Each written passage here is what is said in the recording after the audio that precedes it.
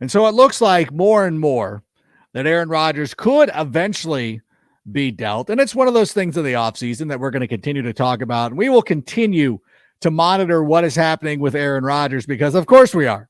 There's not much else going on. That's one of the things that we want to see is like what is happening with Aaron Rodgers. It makes perfect sense for Bears fans to be in on this, to see him go possibly to the Jets. The only question is, if he ends up going to the Jets, when does he end up with the Minnesota Vikings?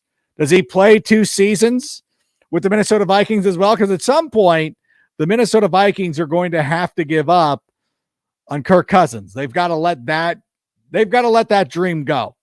Because when you look at the 4 teams that are currently in the conference championship games, you got to have an elite level quarterback unless you're the San Francisco 49ers and you have so much talent around him that the quarterback doesn't matter. But the good thing is the Chicago Bears do have their quarterback, which means they have a lot of maneuverability in the draft. And we're going to talk about that right now as Sammy, as we start the show.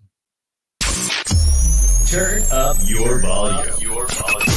Because you're about to listen to The Sick Podcast with Adam Ray. Trying to cut it back. Justin Fields making magic happen.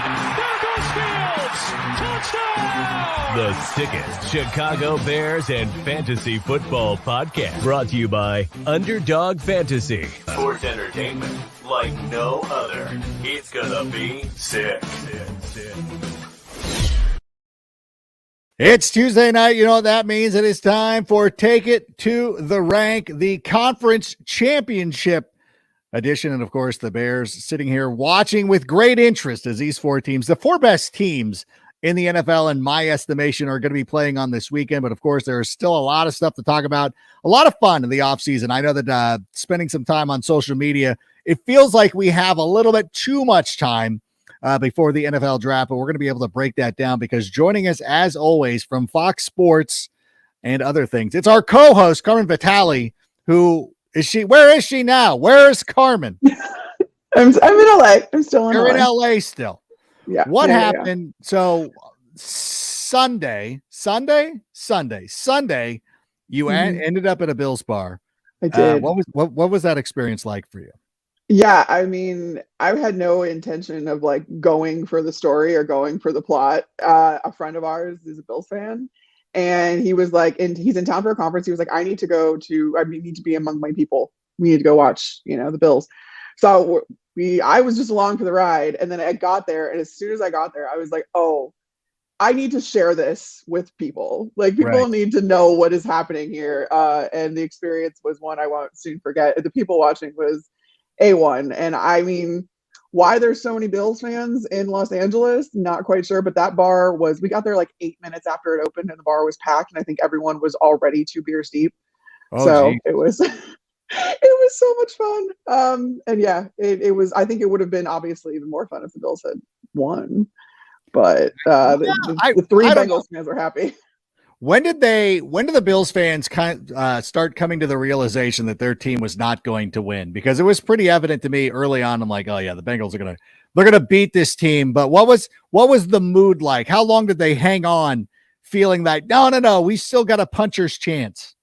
I mean, it was well after halftime still. Like the halftime mood, I even tweeted about this. I was very amused that it was someone's job to turn the game audio on and then during commercial breaks to turn music on. And so like music came on for halftime. Everybody's dancing around at this point, very lubricated. There was a girl next to me that had 2 what I thought were Prosecco's that ended up being Aperol spritzes. She was like double fisting them and then taking clear shots in between. And like all the respect in the world. That's not something I can do anymore. But everybody was still having a good time. And I think that really like into the 4th quarter, they were like, oh no, this isn't really going to happen, is it? They're like, yeah, maybe this isn't going to work out the way that we thought it was going to. And I was pretty confident that the Bills were not going to win. I was in on Cincinnati. I was in on I was 3-1. I did pick the Jacksonville Jaguars, which to my credit, I thought Jacksonville was, you know what? I'll tell you this.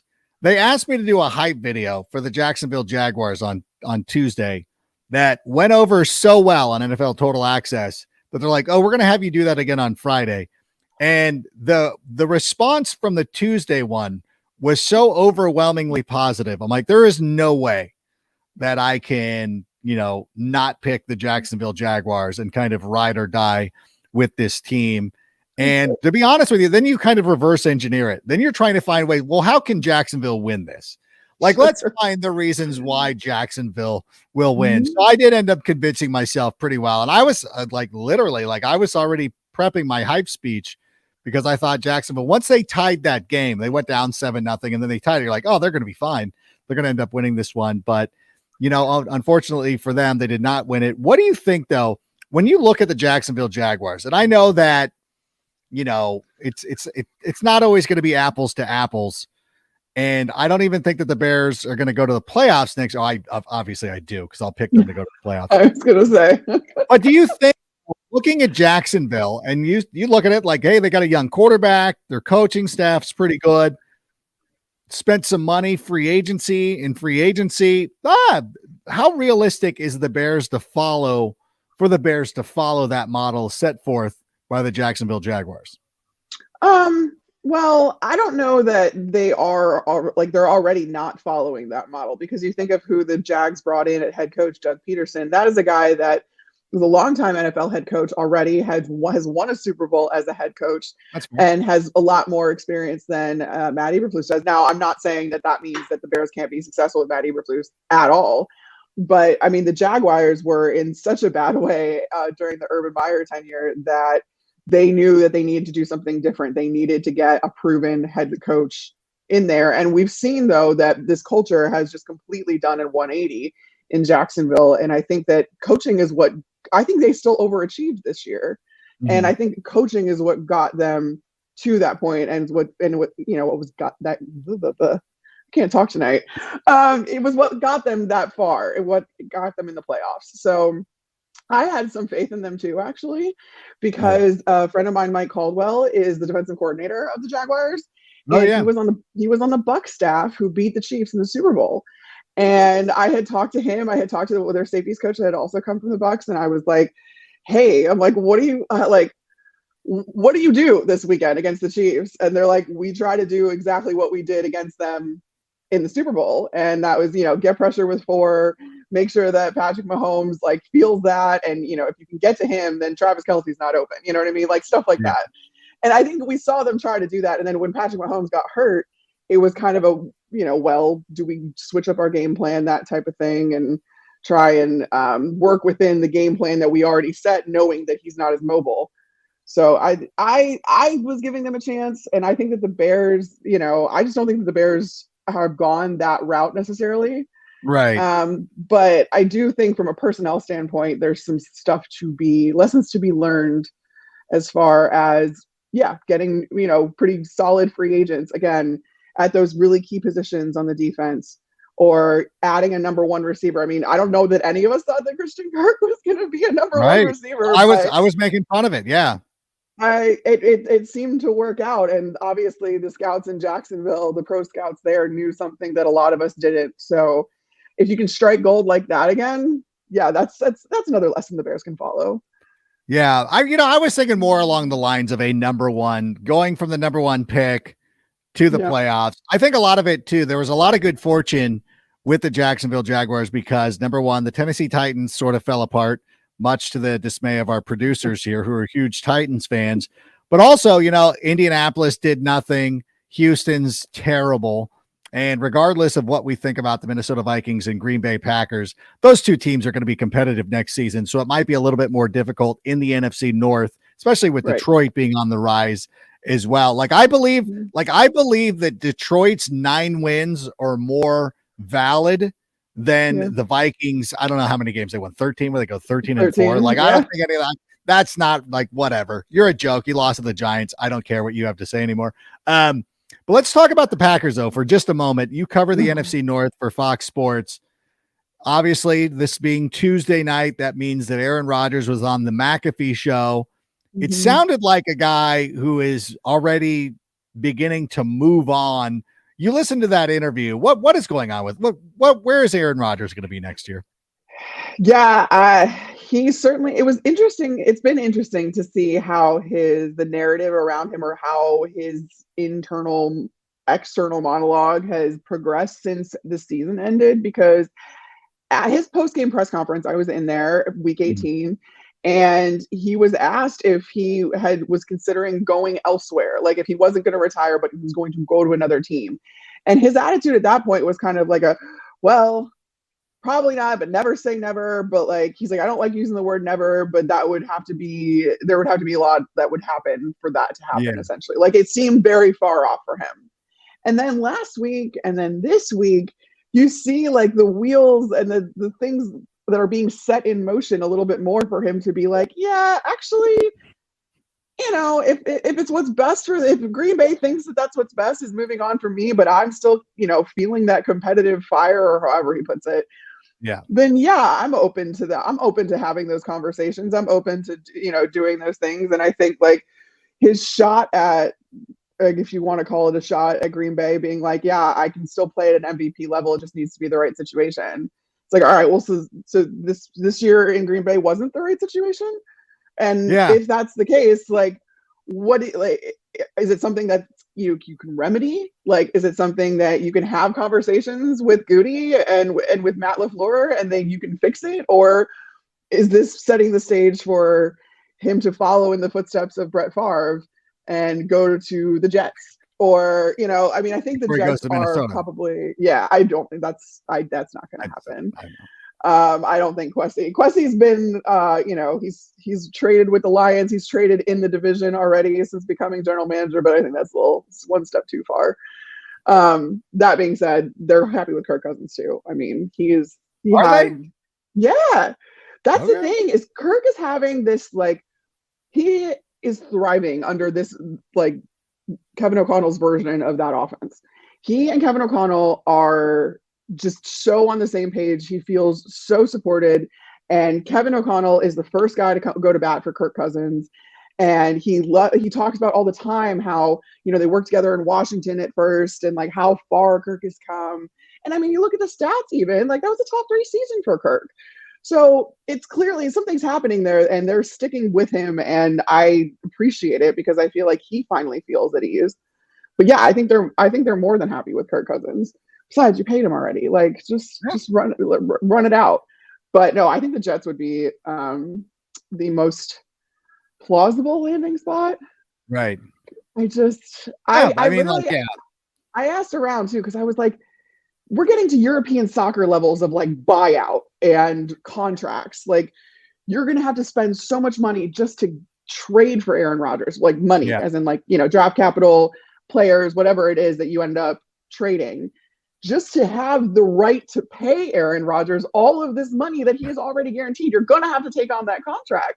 Yeah. And I'm like, so I was asking around a couple of the coaches I know in the league, and I'm like, are teams really willing to do this? And they're like, yeah, they are. And I was like, my mind was kind of blown that it was just an instantaneous, absolutely, teams are willing to do this. I get it. Well, I get it with the Jets. Like, it makes a lot of sense. If they wanted to make a deal for Bryce Young or one of those quarterbacks who are coming into the draft this season, you're really not putting yourself into a position to win right now, where I feel like the Jets could be instantly competitive in the AFC East. If they had Aaron Rodgers, I would actually think they might be the favorites. I really do. I think that they've got a lot of talent on both sides of the football. They've done a nice job, like really with the draft last season was incredible. They did a really nice job. And so I think for them, it makes a lot of sense. For teams like Tennessee, I think they're a little ways off. I think that the Indianapolis Colts, little ways off. Who else? Atlanta. I know they don't want to trade them in the NFC anyway. So to me, it's like the Jets or nothing. And I think that Tua is probably still fine in Miami. Of course, there'll be some questions about him moving on through the offseason, but at the same time, and I think Las Vegas is set. And I don't know, I'm convinced now more than ever that Tom Brady is going to Las Vegas. And I've talked to some people who are in the know who said that have told me that it's a done deal. And so I'm like, okay. And we're just waiting to see what happens. And so, we'll see. I mean, there could be, how these things go. Like, people could be like, oh yeah, this is a great idea, let's do it. And then somebody gets cold feet, somebody backs out. So never say never. Nothing's ever a 100% done deal, but it feels like Tom Brady will likely end up with the Las Vegas Raiders if he does play next season. So that does kick down some dominoes, and it'll make it a little bit different for the Bears. As because I know a lot of people get concerned, like, hey, what does it mean when these quarterbacks are on the move? Derek Carr obviously is going to be out of Las Vegas. Again, there's going to be situations like New Orleans, perhaps Miami, where maybe even he goes to the Jets, or maybe he can end up going to the Packers. Who knows? There's a lot of different, like, what a kick in the groin that would be for Derek Carr to end up in Green Bay without Devontae Adams. That would be the weirdest thing. So probably not that one. But I don't think that it bothers the Bears too much, because I think the teams that are going to be looking to draft a quarterback are going to be the teams that, probably don't want to spend up for Aaron Rodgers in what is essentially a rebuilding situation. So it does lead us to what I promised we were going to go over last week. We're going to do it now. We have your mock draft that you did with David. Yes. And who you did it with David, forgive Hellman. me. David Hellman. Sorry. Thank you. You guys did a mock draft. We have your top 10. And if it's possible, can we pull up the top? No, listen, but you did no trades. And so I think it's trades, right? We did no trades. So don't freak out. Don't freak out, everybody. We got Will Anderson to the Bears, followed by Bryce Young, Jalen Carter, CJ Stroud. Was it Keely Ringo? Keely Ringo, yeah. Will Levis being the third quarterback, Miles Murphy, Tyree Wilson, who is that's a name that we should keep an eye out for a couple of reasons. Quentin Johnson, and of course, Brian Breeze. Am I saying that right? Yeah. I'm not as familiar with him. Let's talk about this for a moment. Now, obviously, we're, as Bears fans, we're hoping they will be able to trade out and remain in the top 4. But so you have Will Anderson ahead of Jalen Carter in this scenario. Why is that? I'm constantly torn between thinking that positional value is a myth while also kind of paying tribute to it. And an interior defensive lineman going first overall, I can't fathom that, quite honestly. Yeah. So that was one of the things where I was like, all right, Will Anderson is by far and away seen as the best edge in this class. That's a really big, again, if you talk in terms of positional value, you talk about pass rushers being, the cream of the crop on the defensive side of the ball. So that's why I went Will Anderson. I think he is a franchise-altering player, as is Jalen Carter. I mean, he's so athletic, and I don't want this to be a knock at him at all. But like, if you were taking one guy, no trades allowed, that would have had to be Will Anderson. No, it makes sense. And so, but if the Bears did trade down, and let's say that Las Vegas, Atlanta, one of those teams at 7 and 8, you ended up with Miles Murphy or Tyree Wilson. How big is the drop from Will Anderson to one of those two players? I don't think it's quite as large necessarily. I mean, I think that Will Anderson is just one of those sure things, or what you think is a sure thing, as much as one can be in the draft.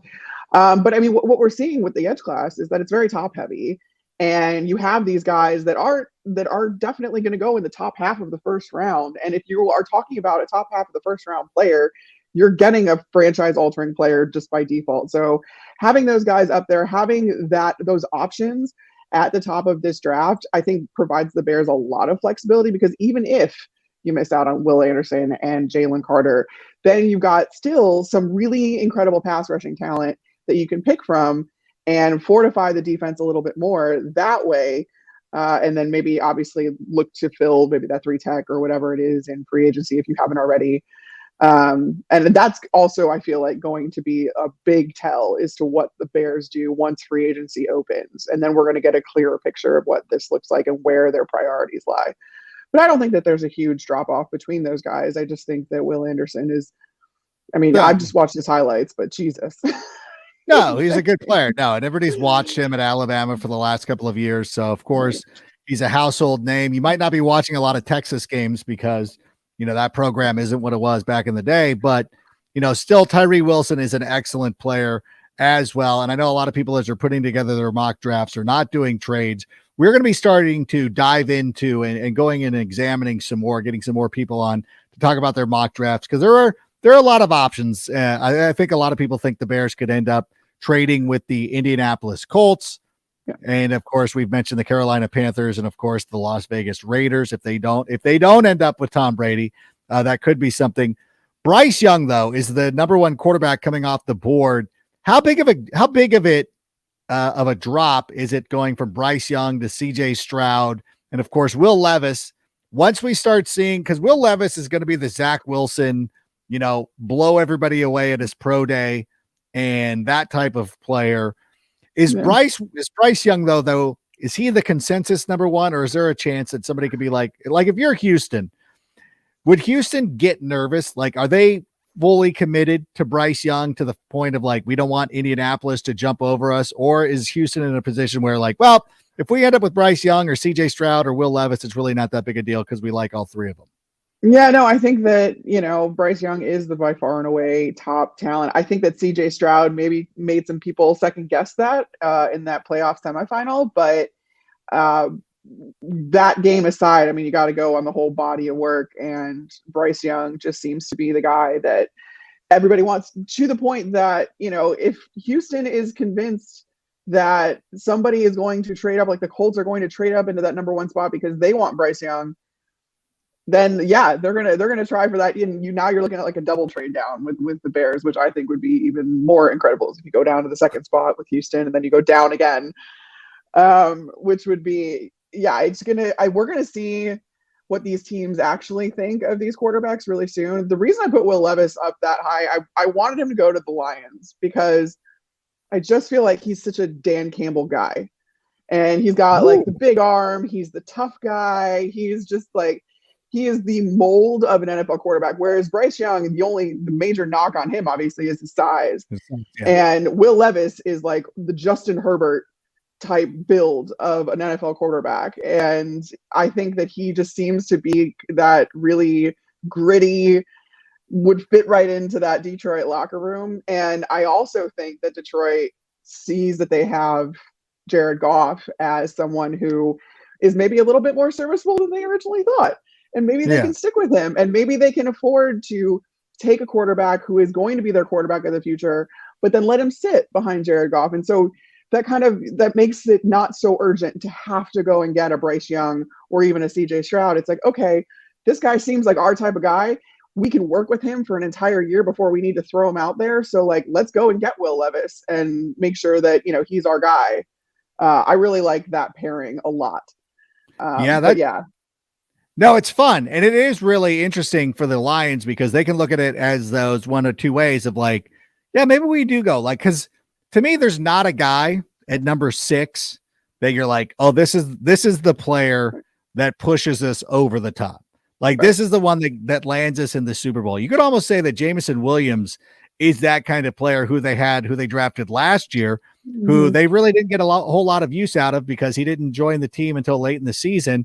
And now next year going in a full training camp and everything like that could be that extra wrinkle to the offense that all of a sudden takes them to another level. And you've seen some quarterbacks. We saw with Brock Purdy this season that if you surround a guy with enough talent that even if he's a little bit limited, and this is not a knock on Brock Purdy, but also goes to the point of like, if you have a lot of talent, you're coached very well, you can kind of get the most out of these players.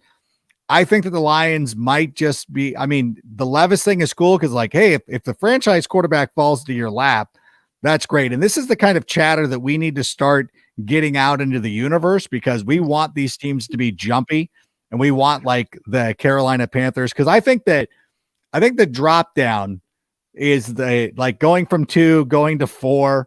And if that's not feasible, you can go to 2 and then go to 8 or wherever Carolina's picking, do that kind of stuff and then start picking up additional picks the following year, the following season. One of the mock drafts that I saw has the Bears getting a first, like switching with the Colts, ending up with the Colts first round pick, obviously at number 4. And that's where we hope that 3 quarterbacks go with the first 3 picks, like a couple of years ago.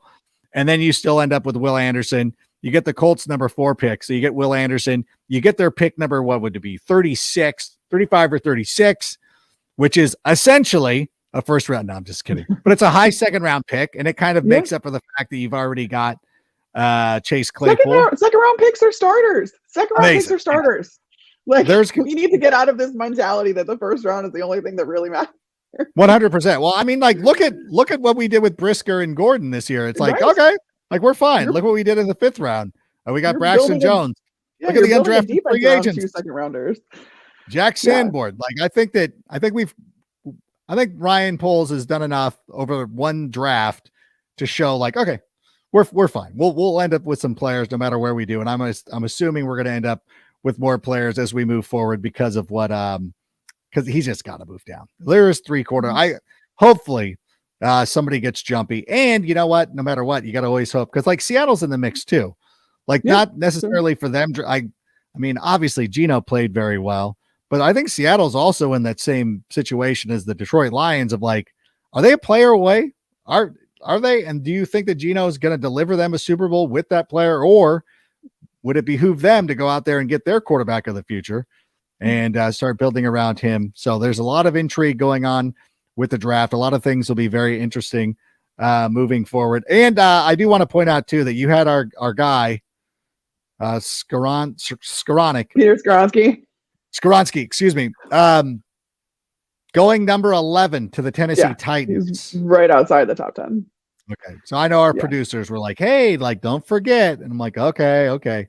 He is going there. That's also another team that could be in the mix for the number 1 overall selection. Like, it's a huge drop, obviously, to go from 1 to 11. But what that could mean, if let's say it was Tennessee, is that you would get their first round pick this year and their second round pick, obviously, but you'd also get their first round pick next year. And then you would probably get their first round pick in 2025. So 3 years of extra first round picks. Again, when you look at the Bears situation and you look at the long-term plan instead of the short-term situation, you're like, that might not be bad either. So that's another team to keep an eye on, because I don't think they're going to be I don't think Tennessee is in play for Aaron Rodgers. I think they're more in line of like, they got to get a long-term quarterback as opposed to, especially with Trevor Lawrence in their division. And if the Colts, that's another thing too. I think that's going to go it's kind of underrated. Like, Tennessee really has to be into the mix, because if you look at number 1, the Jacksonville Jaguars have Trevor Lawrence. The Colts and the Texans are likely getting a quarterback. Let's say that they don't trade up. You know, they're going to get one of those teams is going to get Bryce Young. One of those is going to get their pick of CJ Stroud or Will Levis. If you're the Tennessee Titans, you really have to start thinking about, what can we trade to get up in that top 4? Can we get the top pick? God, the amount of picks that would be coming our way to move down to 11 might actually be, I don't know. That's a situation that a lot of people should be keeping an eye on, especially as we move forward, because the Titans don't want to be left out unless they just want to pack it in for this season and wait for Caleb Williams. But we shall see. And we should also see, I'm assuming, Sammy, that we have some questions coming in. Oh my gosh. Listen, when Bears Forever is trying to barge into the show, let me know. Look into your crystal ball and please predict where the Bears will improve the most next season. Yeah. Where do you think they make the biggest jump, Carmen? Well, they need to make a couple of jumps. So, I mean, I think that they're probably closer on offense. And I feel like there are a couple linemen and then a number 1 receiver away from that being a fully functional, very productive offense, essentially, with Justin Fields' skill set and Luke Getsy being the guy that will now have a year of play calling under his belt, and he can tweak the system even further. So I would love to see that happen, and for Justin to be the most improved of anything for the Bears, because I think that could yield the most immediate results, if that makes sense. But other than that, I mean, you got to get better in the pass rush. But like, the bar is so low. The bar is so low that like anything would really be an improvement. No, well, that's what comes to mind for me initially. Is I think, like, you know, at some point last season, this team was averaging 30 points per game. Now it might look a little bit different. There might be some different guys that the Bears will be able to rely on next season, but I think the biggest jump is going to be on the defensive line, because I think immediately when that free agency window opens, or legal tampering or whatever it is, whatever big name, like serviceable defensive lineman is available, is going to end up getting inked to the Chicago Bears. I know a lot of people, for whatever reason, our friend Stephanie Smalls, who's been on this show previously, she was on Twitter asking, like, where did this Saquon Barkley to the Bears thing kind of stem from? I saw that too. It's like snowballing. Yeah, it's Bears Twitter just kind of snowballing this thing. And I'm like, look, if they're going to overpay for any position, I don't think it's going to be at the running back position. I think it's going to end up being on the defensive line. There's going to be some players, like, obviously, again, Payne is not going to likely make free agency, and if he does, he's going to end up in Chicago. It's just matter of fact. I think a lot of those guys, because we saw last season, Larry Ogunjobi was one of the first players signed in free agency, and the Bears nabbed him, and unfortunately, it didn't work out with him with the physical. But you know what? The Bears are going to fortify that defensive line. They'll end up with a 3-tech. They'll probably end up with a pass rusher, and it might, even if they're not huge names, even if it's not, I mean, not that Micah Parsons is available, but even if it's somebody where you're not like, well, they didn't just sign Lawrence Taylor, but it's going to be like, no, it's going to be a good player. And if the Bears can just get good players on the defensive front, Matt Eberflus has shown through the course of his coaching career, he gets the most out of these players and puts them in the best position to succeed. They need NFL quality players at all starting positions, and we'll see how that goes. So I think that will be the biggest one, and that'll be our biggest leap. So thanks again for Bears fan forever for jumping in there, for cutting the line. We really do appreciate it. By the way, I want to remind everybody that even though we're down to the final 4 teams, you can still play fantasy football, and the best place to play fantasy football is Underdog Fantasy. Oh, it's the easiest way to play in all of fantasy sports. It's simple to get started. Just head to underdogfantasy.com or download the app, sign up using the promo code SICK, and Underdog will double your first deposit up to $100. That means you put in $100. Underdog will match your initial deposit up to $100. Of course, if you want to do $50, they'll do 50. You want to do to whatever. But I would say you take advantage of it. Go all the way up to $100. And by the way, go check it out. Go download the app right now and take a look around. Check out some of the contests they have going on. There's a lot of fun to be had. I think that, the old school way of playing fantasy football is never going to go away. I just think that, instead of playing in 35 fantasy leagues like somebody like I has to do, I think if people have like their one home league, which is a lot of fun, and you play with your friends that you grew up with, and then you also just start playing the props, because the props are the most enjoyable. That text threads of my friends like, hey, these are what I'm doing. And so, you think of there was somebody this weekend who hit every first touchdown of all 4 games. Yeah, got like $74,000 or something on a $5 bet. $5 bet. So now everybody with $5 is going to be like, I got it. I got this. I think it was a free bet too. I think it was one of like the promos where it was like a free bet and it big. Amazing. No, it's awesome. And it's a great way to continue to have some enjoyment as you're watching this. In case you don't have a dog in the fight, you can sit out there and watch. And by the way, I think these games are going to be fantastic. Would you agree with this? I think the 4 best teams are playing this weekend. Yes. I don't think that's like, we kind of got rid of every kind of like meh team. I think we did a nice job of that. Oh, absolutely. I mean, the cream has risen to the top, because I think like you go back even to the Minnesota New York game, the Giants and Vikings game, that I was there, and like I really felt like that game was a toss up, and whichever team moved on wasn't going to have a run. It wasn't going to be the Vikings, it wasn't going to be the Giants, and the Giants just so happened to pull it out, and sure enough, they're bounced the next round.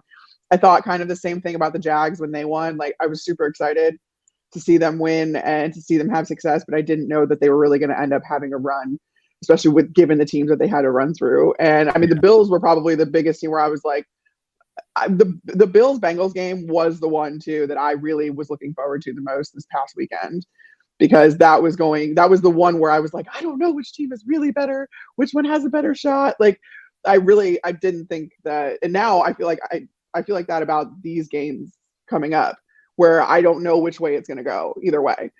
And I'm so excited for it.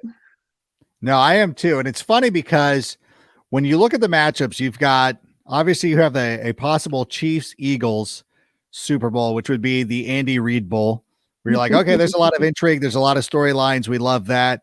You could go Chiefs, what is the other one? Chiefs 49ers, which of course happened a couple of years ago. 49ers going for revenge, getting over on Patrick Mahomes. Of course, Andy Reid going for a second Super Bowl is always going to be a big deal. And obviously an old school matchup from the 80s, you have the 49ers and the Bengals. The Bengals made 2 trips to the Super Bowl during the 1980s. That's right, kids. The Bengals were in the Super Bowl previously before last year. Chris Collinsworth always sits there and bemoans the fact that Joe Montana robbed them of championship gold, not once, but twice. They were actually beating them in that second contest. And the one that has no storylines and no interest is, to me, the one that's the most likely, which is Bengals Eagles. I like that one. Who do you think's going to go? Like, who, if you had to pick right now? I know it's Tuesday and there's still time to change your mind, but where are you leaning right now? I honestly, I had Bengals Eagles. I think that was no. I picked Bengals Niners. The NFC, for as loaded as we all talked about the AFC being prior to the season, the NFC is the one where I have the most questions, which I don't know how that ended up working out. But right. I mean, both rosters are insane. I do think that maybe I will change it to Eagles just because I like Brock Purdy again. Like, he's doing a wonderful job of not losing them games, and San Francisco has gone the hard way in building up a team around him. I feel like you can really focus on a quarterback, or you can focus on everything else. And usually teams try to focus on the quarterback, right? Yeah. And the Niners just went the hard way around, and they ended up getting players around Brock Purdy so they can insulate against quarterback performances. But I just don't know if that's enough to get you to the Super Bowl. Moreover, win it. Yeah. Whereas if they Jalen do, Hurts is MVP candidate. No, totally. And if the 49ers are successful, look for the Minnesota Vikings to try to emulate that of insulating Kirk Cousins and overcome his deficiencies. But we've got more questions from Bears fan forever, I think. Oh my gosh. Sounds like Monty isn't coming back next year. Knowing this, would you rather see the Bears draft or sign a running back? And who do you want? Are you hearing that Monty's not coming back? What has changed? Yeah, I don't know. I honestly haven't heard anything to the contrary. Both sides, at the end of the season, were like, we want to have him back. Ryan Poles has never wavered from his stance of, I'm a big David Montgomery fan. I want to have him back. And I mean, he's not going. We've talked about how the running back market is just going to be weird this year as it is. I have not heard anything about David Montgomery not coming back, but that's not a decision that needs to be made anytime soon. So yeah, I wouldn't worry about that too much. And I know that there's players available like, Tony Pollard is expected to be a free agent. Saquon Barkley, we mentioned a moment ago. Josh Jacobs, I think, is going to end up staying with the Las Vegas Raiders. So to me, especially if the draft route, though, I just if they did, well, at that point, so expensive to get one of those guys. Exactly. If that's the thing, if you decided that David Montgomery isn't a player in the future for you, and that's fine. I don't agree with that. But of course, you guys are in the building. You make your decisions. I'm not going to argue against you too sternly, but at that point, then draft a guy. Right. Might as well just draft one. You can lean on Khalil Herbert. You can obviously lean on Justin Fields and what he can do for the run game as well. I don't know that there's going to be a better player that you're going to get for the price that you would get David Montgomery for in free agency. And so if you want to roll the dice in the draft, there's a guy you really liked. I mean, I don't know how far BJ Robinson falls. If you could somehow finagle extra picks to move up a little bit to the end of the first round to get him, or if he's going to be available at the top of the second. But no, he's going to the Chargers, so just count on that happening. That's one place that they have to improve. But I think Bears fan forever. Did you ask another question?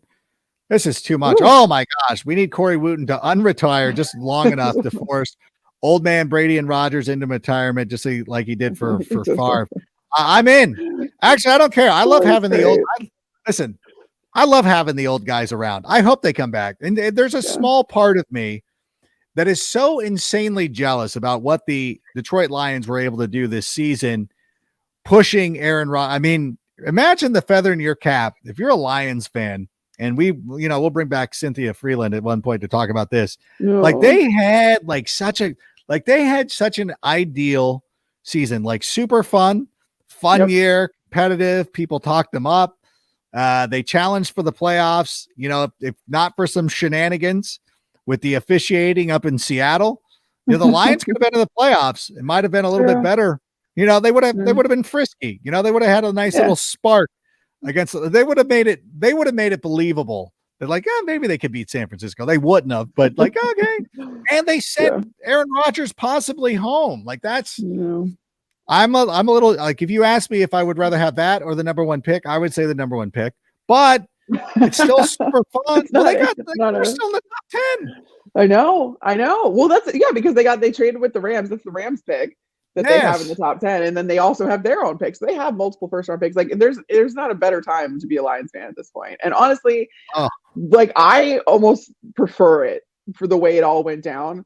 I just love the storyline of the fact that they had nothing to play for other than spite, and they just went out there and they were like, no, if we're not going to the playoffs, you're not either. Like that's, I think it would have been like not worse, obviously, if they would have been in the playoffs, but I don't think that they would have gone on a run. It probably wouldn't have materialized into much other than them being a little bit more frisky.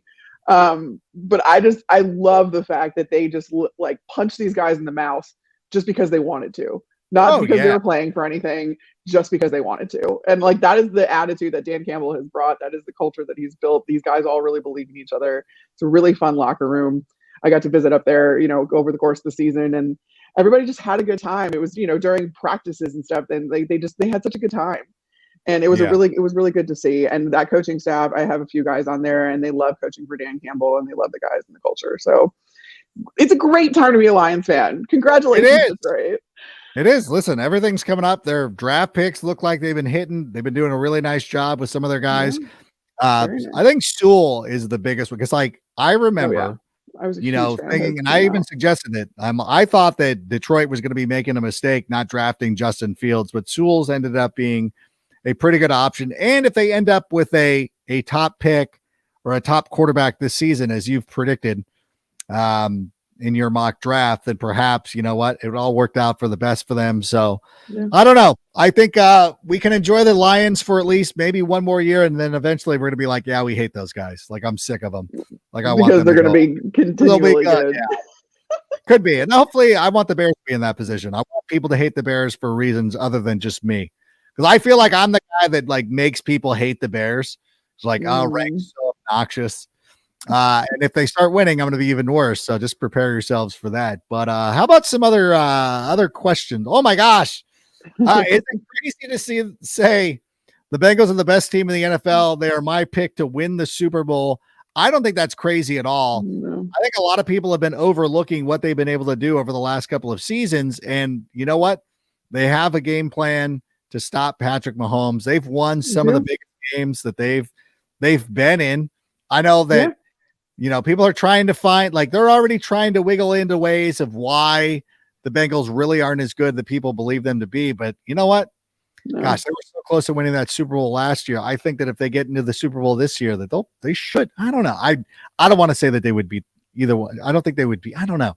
But I think that they're one. I don't think that's crazy at all. No.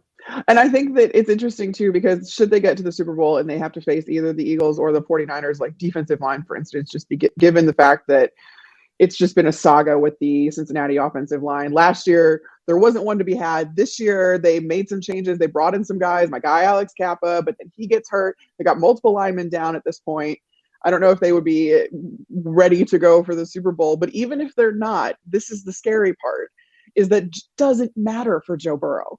He took 23 sacks or whatever it was in the playoffs last year alone, like the postseason alone. And like, he still made things happen. And so I'm like, you go against these really formidable defensive lines whose reputations precede them before they even get to the game. But like, Joe Burrow is just like, I don't care. It doesn't matter. I'm still going to make things happen. He's got his buddy Jamar Chase with him, which I think makes everything so much more fun and comfortable for him, for that matter.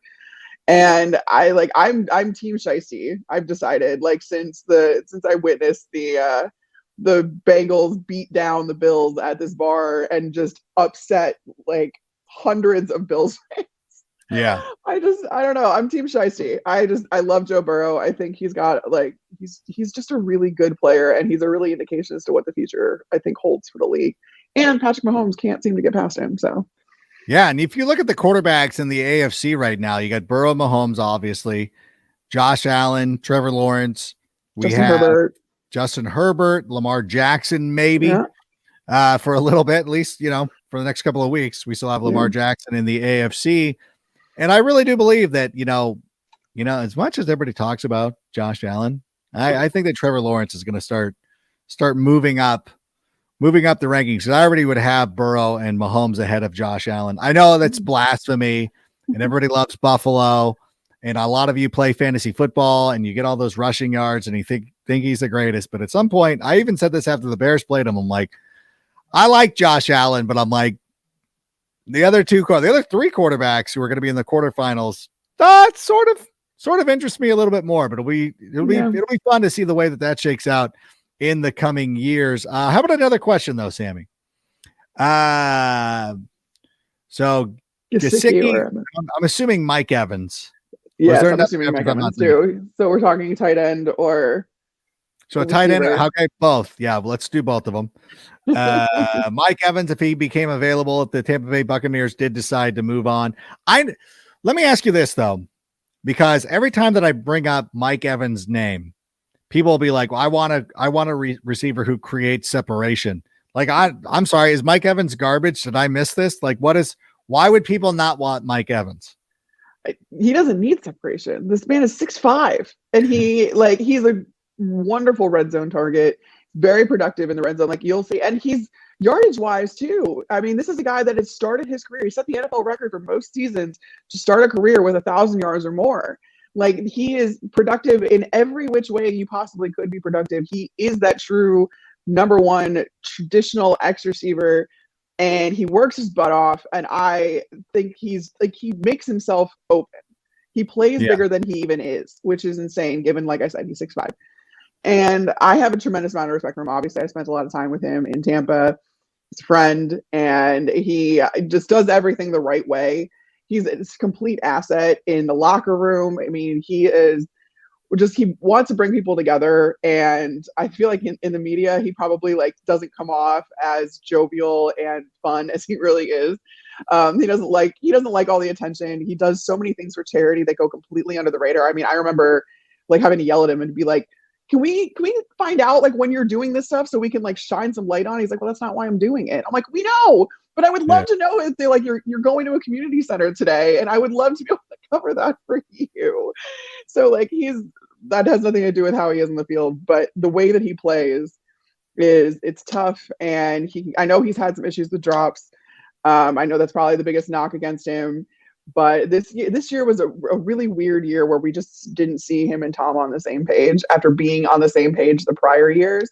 Yeah. So I think that there were extenuating circumstances there, and I wouldn't be too concerned with that, because when it counts, especially in the red zone, which is where the Bears could stand to improve, he's the guy you want to go to. No, I love him. I think he's a tremendous player, and everybody who tries to knock or tear him down, I just won't listen to it. I think he'd be a huge asset for the Chicago Bears. And Mike Gesicki, who is a receiving first tight end, I don't really mind that as much, because I think that Cole Kmet kind of fills the role of a guy who does block. And if they wanted to bring in a player who was going to add some blocking ability, then probably Austin Hooper, who I think it's going to be a free agent this season, would be somebody that I would certainly take a look at if he was available. But Gesicki, why not? Again, why not all of them? There's no reason why they can't sign a bunch of these players. They are going to have to get to the salary floor, which is going to be a huge deal for them as well. So the Bears have some money to play with. I like both those guys. Yeah. And so why choose? And why choose? Another question, because we want to answer them. Hey guys, give us your 3 scorching hot takes for the Bears this offseason. Joel, I'm going to tell you right now, we will work on these because I want them to be credible. And now that we know what you want to hear, we're going to give you 3 scorching hot takes for the Bears next week when we do this show. You know what? Because I don't want to shortchange you, and I want to have some thought into this, and I do want to ask around and talk to some more people. So we will come up with some scorching hot takes. I love that question. I do too. Again, it's good to have homework. So we will come up with 3 scorching hot takes. Maybe Sammy will even draw an animation. We'll do it up. We'll do a thing, and that'll be a segment next week. Thanks for that. Thanks, Joel. We will certainly do that. How about another question though? How do you think Poles will do now that he reports to Warren versus George? Yeah. You know what? I don't know how much of a difference it makes. I still think that John Warren was the guy who is going to help us, get the stadium and do a lot of the other things. I think that Ryan Poles is just going to be out there doing his thing. I don't think that there's any I don't anticipate any issues. I don't anticipate any sort of power struggles. I think that everything's going to be fine. I don't know, but you're in the building more than me, Carmen. What do you think about that? Well, it is interesting that they shifted power from, or oversight, I should say, because places I've been and the way that I've seen everything operate again is that business side is very separate from the football side. And the team president, the GM doesn't usually report to the team president. That's what's going to happen now. But Kevin Warren has a football background. And so he was involved in contracts and football administration with the Lions. He started his own sports agency back in the day, and he repped players. Actually, his first client was a former Bear. And I thought that was a really fun story to have that come full circle for him. But I think that he is going to make decisions with a football lens, even on the business side, because for him to say that he's over both football and business. But to be able to focus on both of those sides, I don't think is realistic. Like, that is just biting off more than any one person can chew. So I do think that they trust Ryan Poles enough to have autonomy in those decisions. But what it also tells me, though, is that Kevin Warren is going to be looking at business decisions through a football lens, through a football first lens. Like, is this revenue going to be able to be used as resources that we can pour back into the team? And when you have a really cohesive kind of front office like that, those are the teams that do well, is when you kind of pour these resources that you get back into the team. You build them, better facilities, or you bring in, better chefs, or you bring in sports performance and all that kind of stuff. All that costs money. And if the franchise isn't making as much money as they feel like they need to make that happen, then that's where teams start kind of cutting costs and whatever it is. But if he knows that he's, over football and he has to answer to football still, Kevin Warren, and atone for his decisions with football, I think that makes you operate on the business side even differently, which is honestly, I think, a good thing. So I'll be very interested to see how this all works in cohesion together.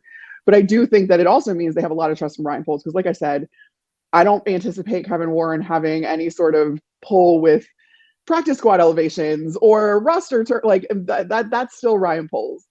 And I have to imagine that's going to be he's going to have the autonomy on that side of the ball or on that side of the building, because it's too much for one person. Yeah. When you look at it too, I know a lot of people are familiar with Las Vegas and things like that. One of the things that's really hurt Las Vegas hospitality wise is we have too many bean counters, like eliminating things that are nice perks for people, comps, free buffets, free shows, even getting rid of shows and things like that. When you go from a pure CPA point of view, it makes sense. Like, your Jubilee ballroom show might not be bringing in revenue per se, but you know what? That's what you do. Those comps bring in the whales who allow their spouses to go to those shows and do it. And it's like, it all equals out. And I think that, if Ryan Poles is in a situation where, we need to increase the scouting budget, like, Kevin Warren at least is like, yeah, I understand. Like, we'll do that. Where right. Ted Phillips might've been like more bottom line, like, how is this making us money? Right. Like, and you have to explain to him, like, well, by winning, we'll make us more money. You know what I'm saying? So that's the cure-all, and that's the dirty little secret of the NFL and of these clubs, is there is absolutely no substitute for winning. It comes down to that. You can spend as much as you want on a marketing budget. You can have the greatest campaign ever, try to entice people into, to come to those games, to spend money on merchandise, all that other stuff, sponsors to come in, whatever it is. There is no substitute for winning. That is the best marketing strategy you can have. No, absolutely. There's nothing that beats it. And I think that the Bears have kind of aligned themselves with a pretty good opportunity to increase in all areas of the business, especially, getting stadiums and purchasing land and stuff like that. It shows that the Bears are now forward thinking, understanding the way that the NFL works, which is, that's kind of like, we hadn't seen that. But I mean, we hadn't really, honestly, we hadn't really seen that before. So that should be seen as, I see it as a positive, and I think it'll end up working out pretty well. Do we have another question though? Joey, right. With this weekend's Royal Rumble. This is your territory. Yeah. Who would win in the Royal Rumble of the Bears locker room? If I was thinking of it, who would have the best opportunity? I think that number one, I think Jack Sanborn has the kind of Brian Danielson yes movement type of situation where, you know what, the fans have kind of rallied around him, undrafted free agent, perhaps the best story. I think that, you know, Justin Fields would go out there and he'd be protected by Sam Mustipher and then end up getting tossed out of the ring, you know, just because, you know, the offensive line would break down. So I think Jack Sanborn would have probably the best opportunity, the hometown favorite. Of course, the WWE Royal Rumble, Sami Zayn. If Sami Zayn does not win the Royal Rumble and not go on and be the guy who eventually ends Roman Reigns, I mean, I thought it was going to be Cody for the longest time, but unfortunately, unfortunately, because I like Cody on a personal level, I'm a friend of his, but also on a professional level, it looks like Sami Zayn has got to be the guy storyline wise. So I'll go with Jack Sanborn as Carmen is checked out. I can't leave on that question, although thank you, Joey. Thanks for joining us, Jody. All right. One more. The only reason I knew who Roman Reigns is because he was in that Shaw and Hobbs Fast and Furious movie with The Rock. He was like one of The Rock's like cousins. Yeah. From back in American Samoa. That's the only reason I know who Roman Reigns is. Okay. Well, you know what? I didn't see what time it was. We're going to end it there. I want to thank everybody sick podcast podcast series when we'll start that after the Super Bowl. So next week we're going to be going out. We're going to be doing our scorching hot takes.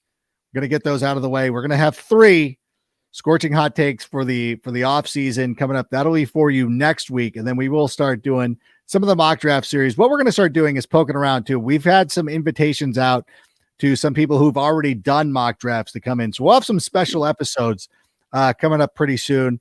We're going to have Ian Kenyon come on at some point. Hopefully Daniel Jeremiah will join us as well. So we're going to start reaching out to some of those people who do mock drafts and start really diving into those and see, you know, what everybody's thinking. And by the way, I implore everybody, stop. I know I forget who mentioned this online. So I'm sorry for the person on Bears Twitter who's like, you know, it might've been Jacob Infante who's like, hey, don't go overboard with the mock simulations. Like life is not like a Madden sim. So realize you have to have a reasonable expectation for what's going to return. We've seen what first round picks bring. We know what it does. So just chill out.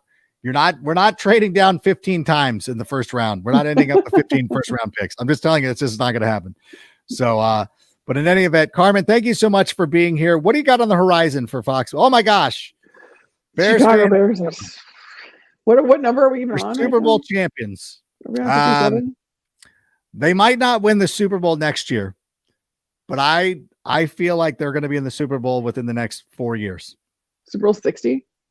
40 years after. Yeah, let's do Super Bowl 60. Bears Super Bowl 60 champions. Yeah, okay. What I have coming up actually is the Super Bowl. So I am going out to Phoenix on the 5th. And I'll be doing all of the opening night, Radio Row. I'll be at the game, so all that kind of stuff. It'd be great. No, that's going to be awesome. We can't get into Radio Row, but maybe next year. Fingers crossed at some point you'll see the sick team out there on Radio Row. But want to thank everybody who joined us here this evening. Next week, 3 hot takes. We will have a mock draft series coming up very soon. We'll start that after the Super Bowl. We want to thank everybody who joined us tonight, who asked questions, who played along, had a good time. We keep sitting here. We're like, listen, we'll be here for a half hour. We'll get out of here, but it always feels like can never stop talking, and it's always a lot of fun. And we appreciate everybody who's joining us, spreading the word. Make sure you like and subscribe the YouTube page and on Facebook and all that stuff. And if you're listening to us as a podcast, please subscribe. Please rate. 5 stars would be amazing if possible. But in any event, we thank each and every one of you. And so until next week, we'll see you. Bear down. And Sammy, go ahead and play us out. And that's a wrap. Hope you don't miss us too much until next time. Follow the Sick Podcast with Adam Rank on YouTube, Instagram, Facebook, Google Play, and Apple Podcasts. Brought to you by Underdog Fantasy.